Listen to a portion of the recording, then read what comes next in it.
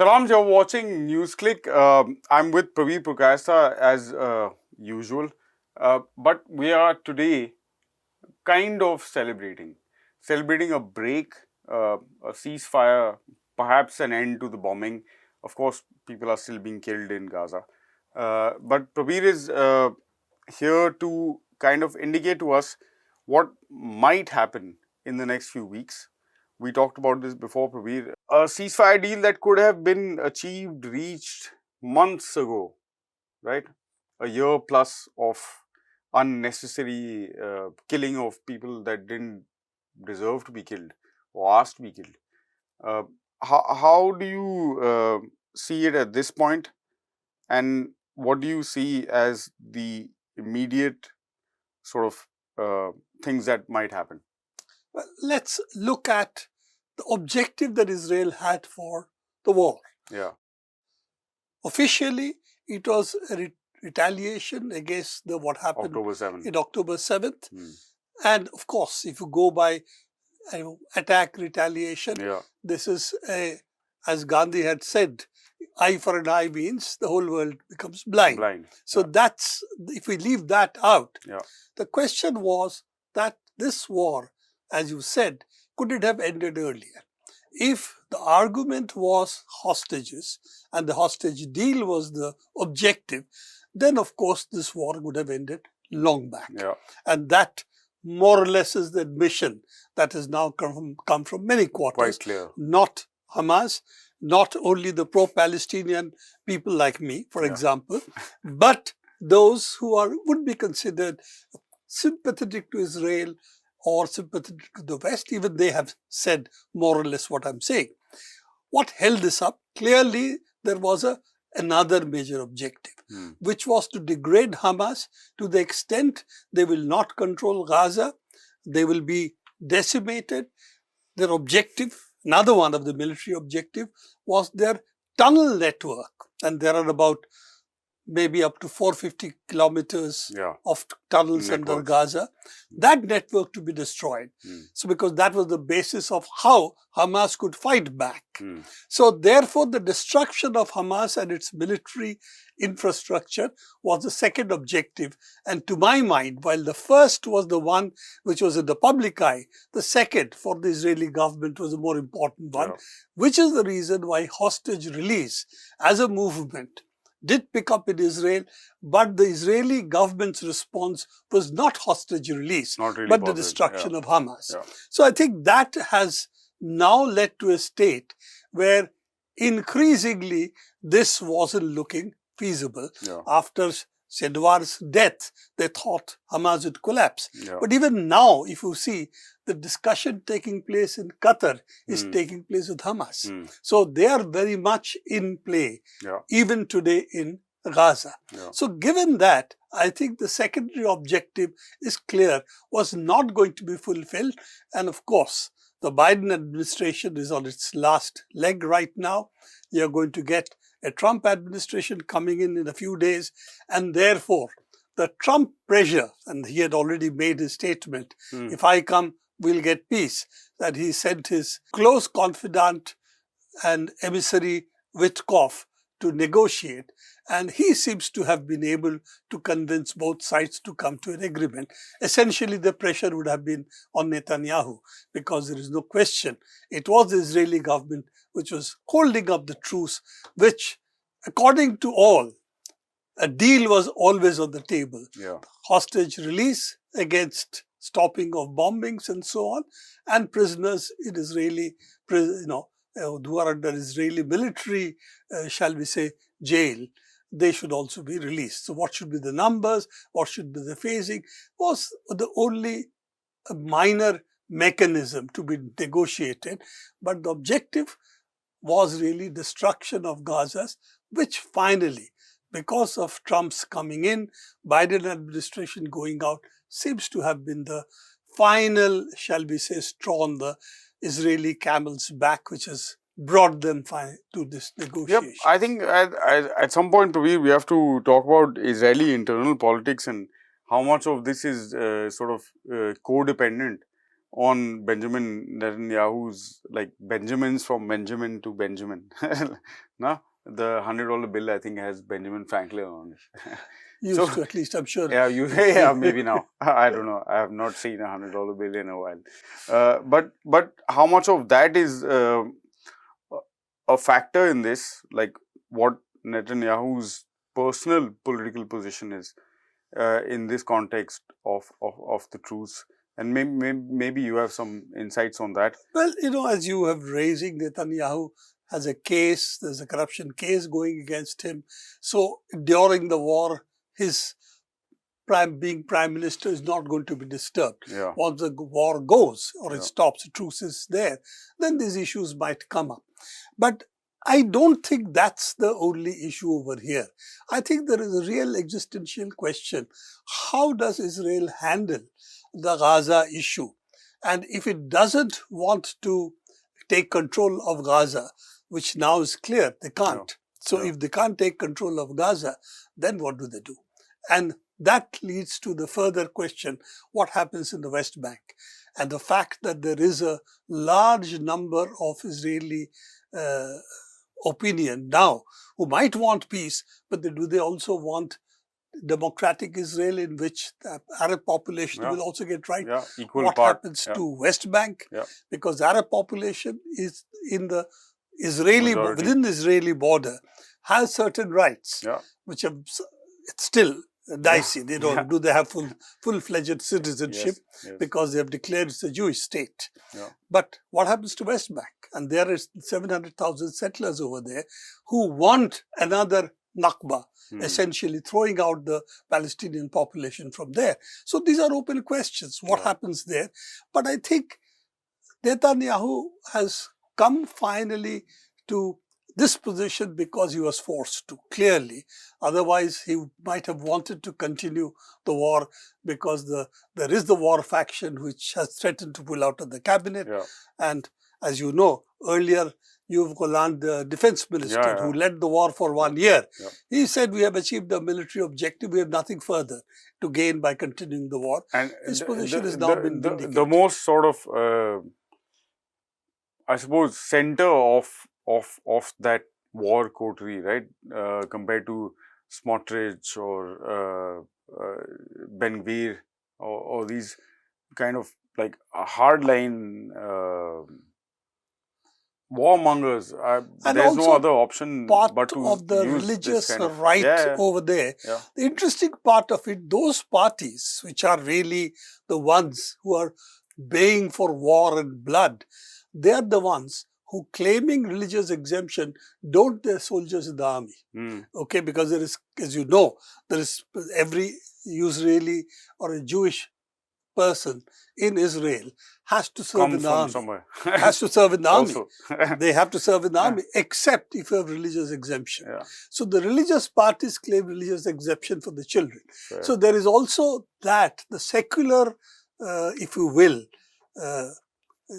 is Jewish population, and the religious Jewish population have that contradiction.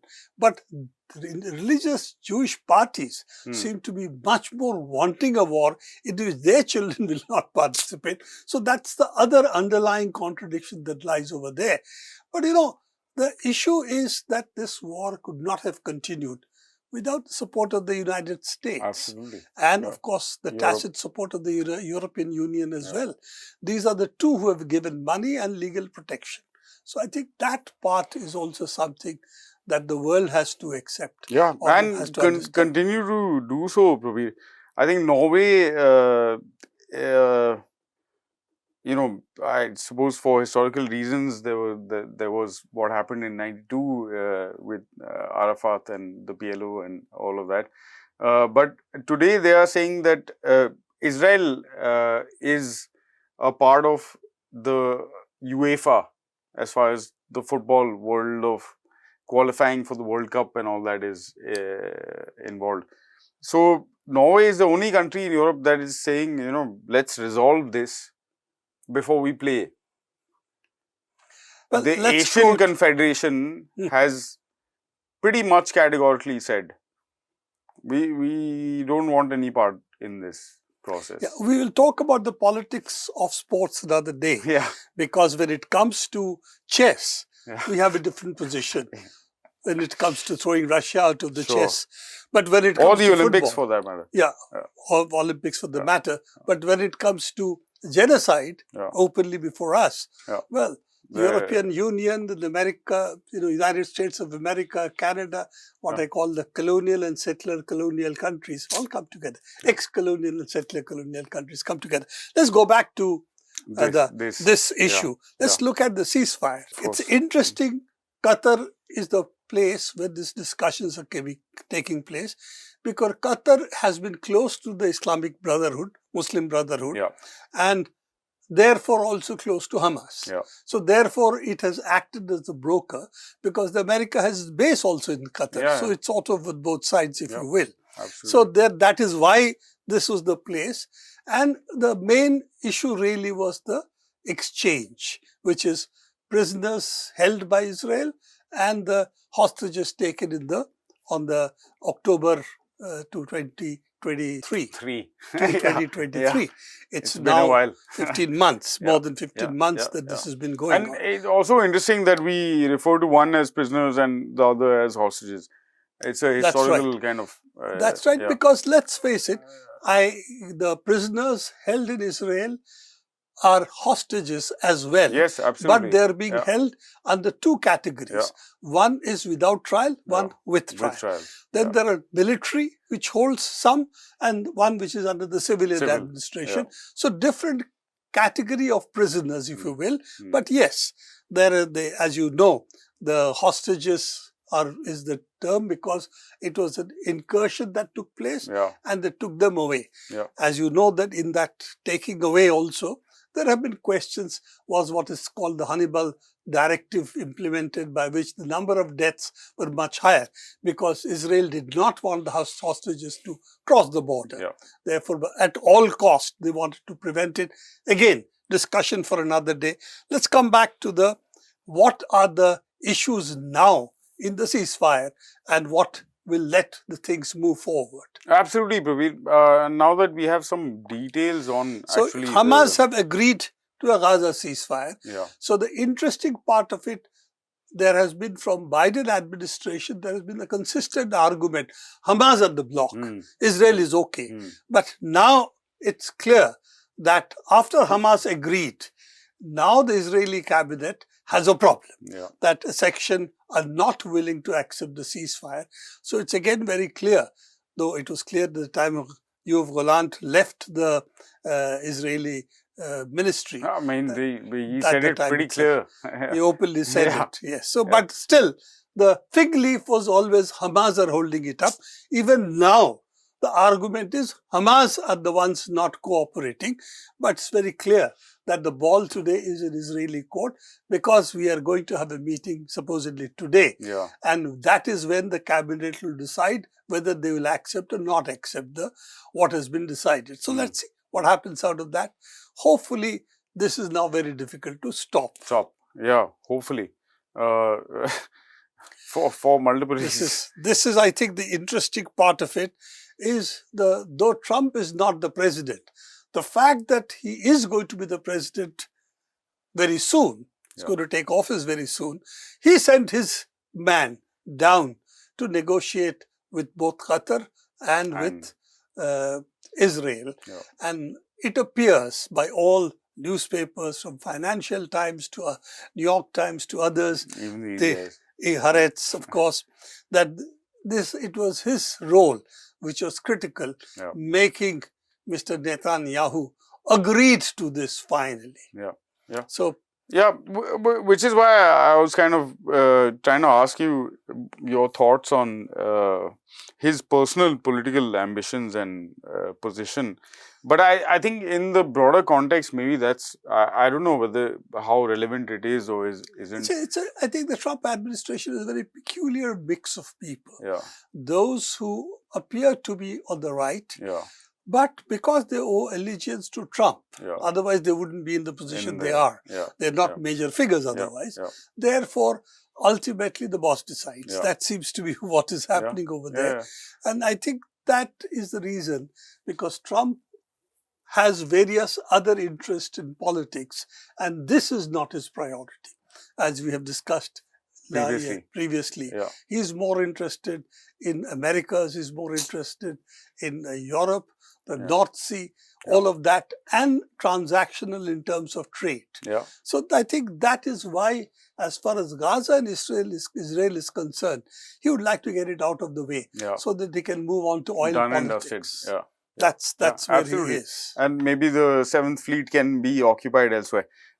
Yes, that's true. Yeah. It's all it now comes back to the maps we were looking at back in the day. So here's a actual plug for you to look at the other chat we had with Prabir about how things are happening in the North Sea, and like how that, even though it's not a sort of point of regular conflict or conflation, is where things are perhaps going to be focused in the coming years or so. And by the way, also as Indians or in India, I think whether it's our maritime economy or otherwise, we are also starting to focus on the northern part of the world. So it's perhaps of significance. Partly but we have to come back oil. to partly because of oil, and Russia is our major source of oil at the moment. Yeah.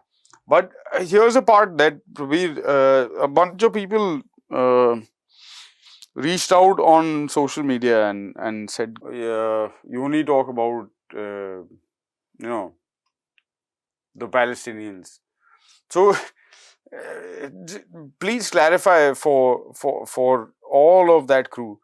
Not that we don't want to engage or that we believe some lives are more important than others, but how does this work out?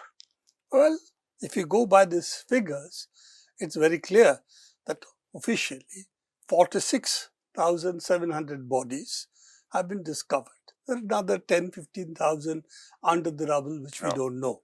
This doesn't count people who have died because of illness, children, for instance. Starvation. Starvation, cold, infection, no medicine. So all of that. These are basically just killed. Heartbreak, maybe. These are killed in action, in the sense bombs, dead bodies, shot and so on. Even yesterday, 100 people have been killed. So this is going on. Compared to that one action which took place in October, 15 months back, and again, there were a lot of talks at that time about rape, if you remember. Women rape, this is the common refrain. The recent charge sheets being filed in Israel do not have even one charge mention of rape. So those are the kind of questions that come up. And even at that time, we had discussed also that possibility of, in the fight, number of people getting killed, particularly those who are being taken away as hostages, they're being killed. So the numbers killed was even then much lower than what has been killed as a consequence. So that is one thing. Secondly, if you go, this is the figure. You can see Israelis killed by Palestinians and by Israeli forces or settlers. This is also Financial Times. Just to indicate, this is Financial like you said, it's not us. This is not Newsclick. This is what Financial Times is saying. Now, why is the coverage in Financial Times on these issues so one-sided? That's a question to ask. But here, if you take these figures into account, what you can see, obviously then we are talking about what has happened to what is the red bars over here, as opposed to the thin slices of blue, which is here. So I think that is answering the question that this is not about an equal fight that is taking place. It is not who has right and who is wrong, because Palestine, by international law, has the right to be there, right to exist. Gaza has a right to exist as a part of a Palestine state. The two-state solution was agreed to by everyone. By everyone. It's a global consensus, which Israel has not implemented. And this, even today, is accepted by everybody. Yeah. Then the question of saying we should be, ek haath se, one hand on the other hand. Yes, we have two hands, but Yeah. every issue doesn't have two sides. No. Okay. Absolutely not. And I think you have said enough on that subject. So it's not a question of taking a side versus another. It's the question of a multi-billion-dollar industry existing that takes one side. I don't know if we are hypocritical. Maybe we are sometimes, but in comparison, perhaps less so. See, also the issue is very simple. There is a war industry in Yeah, the of United course there is. States. Yeah. Okay, Israel has a war industry, Yeah. but I still believe that most people in the world Don't want it. do not believe that the war industry should decide what they Yeah. should do. So there is somewhere in the European and the American mind, including the Canadian, the 51st state, according to Trump, there is a different psyche, and we can again analyze it one day. I call it the ex-colonial, settler colonial psyche, where actually brown man's death does not matter. Yeah. And now that the Jewish population have been raised to the level of the white population, not at what happened in the time of the Holocaust, because they were still a part of the brown population at this time. Now there is this distinction. And in fact, the word anti-Semitic is now only reserved for the Jewish population in the West. But as you know, the Semitic languages include Arabic. The Arabic population genetically, at least in the area we talk about in Palestine, they are genetically very close. Both these have originated supposedly from the same stock. So this argument of trying to be even-handed is not realizing that we had a colonial world. And the Jews at that point of time were outside the colonial consensus, so to say. Now they have been, after the Second World War has been included, and they are the West gendarme, if you will, in West Asia, because that's where the oil is. And that is where the strategic interests of a section of the world is, who think if they control the oil, they'll control also the global economy. Well, I don't know how to go further other than to sort of... Again explaining why we are one-sided. What's what? What was Gaza then? What is Gaza now? And these are the percentages again. Source, Financial Times, from Oregon State University. For those who do not know, Oregon is in the United States. It is not from the Arab world. And perhaps one of the original settler states. That's also true. And of course, also the County, which is New York. Fair enough. Okay. So if you see, this is from essentially what you can see from aerial photography, from what you can see from the space. This is what it shows up, that basically from 70 to 50% of buildings in Gaza Strip have been destroyed. 70 to 50% of the Gaza buildings have been destroyed. So that tells its own story. And the figures are it will take 10 to 15 years to build this up again. I'm not talking about how much money is required or how many people have destroyed. Their lives have been destroyed, their property, buildings, all of that is destroyed. And they will have to stay in tent cities for very long, even after the ceasefire. It's kind of like what we were talking about the last time, Prabir. Like there's a multi-billion-dollar F-35 project, or like a a strategic bomber project, like the B-2 that flies so high, no one can see it. So multi-billion-dollar planes dropping $100,000 bombs, destroying tent cities, which brings us back to actually like what might happen in the next few days. This is how it is. There are walls, borders. Everything is controlled. At the moment, how do the people of Palestine? At the moment, only of Gaza. Gaza Strip. Okay. If we look at this map, the question, how do we actually look at all of this? So this is the area which has suffered the most damage, which is northern Gaza. The aim of the settler, particularly of the right-wing, Israeli right-wing religious parties, was to destroy that area and resettle it. Yeah. So that has failed. The larger picture, as I was talking about, was the entire tunnel network here, which is now they're saying is much larger than they thought. That should be destroyed and Hamas should be destroyed. Now, they're negotiating with Hamas, as I said, so obviously Hamas retains its control and they are representing Gaza. So that is also clear. So this is the discussion that we had earlier, that if you don't win, then Hamas have won because they're still there. And if they're there, then your objective has not been fulfilled. And this was the objective: destroy the tunnel network, destroy Hamas. So as somebody has written, the fact they're still there, which means that your aims have not succeeded. Hamas don't have to win. They have to be there. That's all. But you had to, in order to win, you have to destroy Gaza, the Hamas, and you have to destroy their tunnel network, so their future defense is no longer possible. So both of those objectives have failed, and I think this would be a turning point in Palestine's history, because West Bank is now at risk, and what happens there, what happens to the rest of the Arab world, that's something we'll have to observe. I don't think this is a decisive victory for Israel. On the contrary, I think Hamas still maintaining themselves means that they have been able to gain immediately in terms of being the recognized force in Gaza. Political force. And that also is going to have an impact on the West Bank. So I think this is a very important, shall we say, landmark for Palestine. And this is not going to end up as easily as people think. In that context, Prabir, a movement has also begun around the world.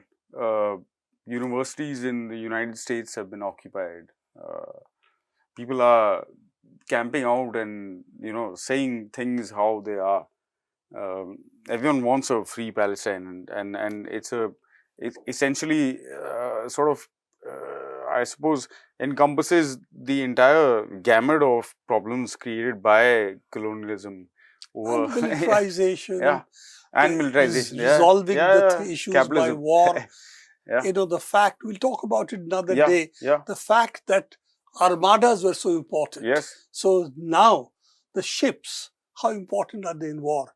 How important are aircraft in war? How important are drones in war?